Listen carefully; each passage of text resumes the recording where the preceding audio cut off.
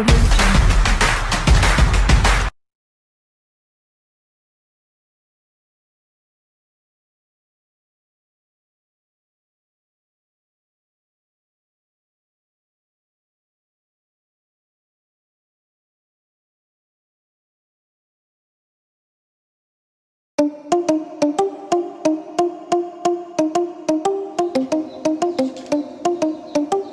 Unang nakilala itong Kelso na bloodline sa panahon noong 1947 dahil sa isang maimpluwensyang kaker na nakabuo o nakagawa nito ng pangalan ay Walter Kelso.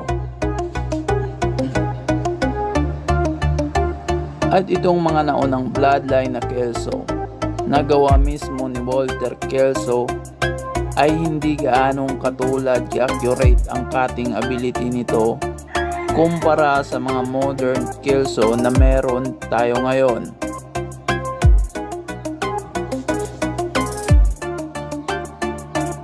Ngunit kung sa kapanahunan pa ni Walter, itong Kelso niya ay isa sa mga winning line at napaka-deadly din kung lumaban.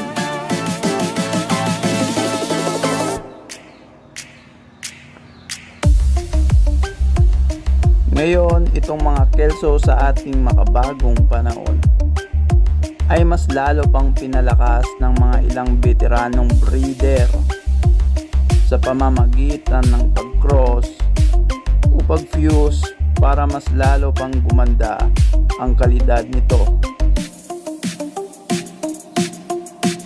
Ngayon, itong Kelso na bloodline ay lalo pang naging matunog o mas nakilala pa dahil isa ito sa mga prime material ng mga ilang bigati na kaker o sabungero sa mga oras ngayon.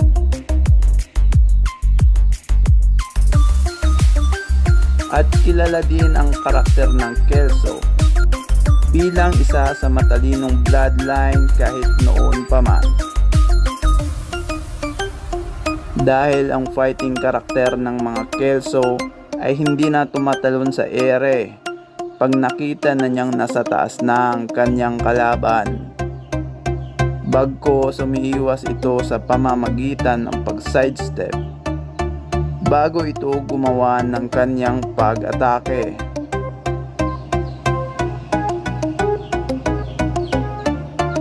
Mainam din itong Kelso pang cross o pang fuse tulad sa hatch, sweater, gray at iba pa.